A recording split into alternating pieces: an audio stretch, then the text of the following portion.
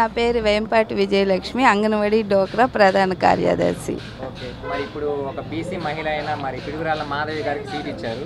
మరి మీరు ఎలా ఆశీర్వదిస్తున్నారు, ఎలా ఆహ్వానిస్తున్నారు మేడం గారు?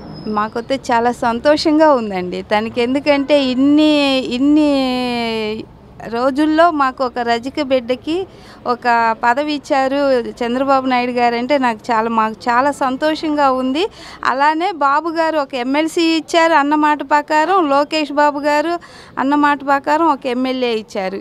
ఇవన్నీ మేము చేజార్చుకోకుండా తనని మేము వెన్నంట ఉండి తనని మేము గెలిపించుకుంటామండి. మరి మేడం గారు ఎలాంటి కార్యక్రమాలు, ఎలాంటి సేవా కార్యక్రమాలు చేపట్టాలని నిర్ణయించుకున్నారు మరి ప్రజల కోసం?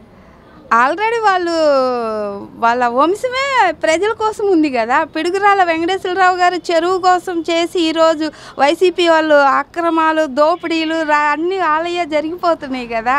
ఇంకా వాళ్ళు చేసేదేముంది, రజకుల కోసం వాళ్ళ వంశమే పుట్టే ఉంది. పిడుగురాళ్ళంటే వాళ్ళు పుట్టే ఉన్నారు. ఇంకేం చేయాలి, రజకులకి అనేది వాళ్ళు చేస్తూనే ఉన్నారు ఇప్పుడు వరకు.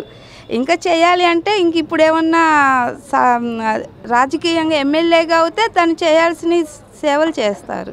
ఓకే, మీరైతే మరి మాధవి గారిని గెలిపించి మరి ఆవిడ అనుకున్న లక్ష్యాన్ని నెరవేరేలాగా చేస్తారు అని ప్రజలు మరి సహకరిస్తారని నమ్ముతున్నారా మీరు?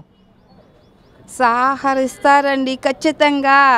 మరి జగన్మోహన్ రెడ్డి ఇస్తానని ఇంతవరకు రజకులకే వేయలేదు. నేను ఒకసారి ఆయన సజ్జల రామకృష్ణారెడ్డి దగ్గరికి వెళ్తే చాకలి లంజో కొడుకు అన్నాడు. అలాంటి వాళ్ళకి వీళ్ళు ఓటే లేదానికి రజకులు వీళ్ళంత ఎదవలు ఇంకెవరు లేరు.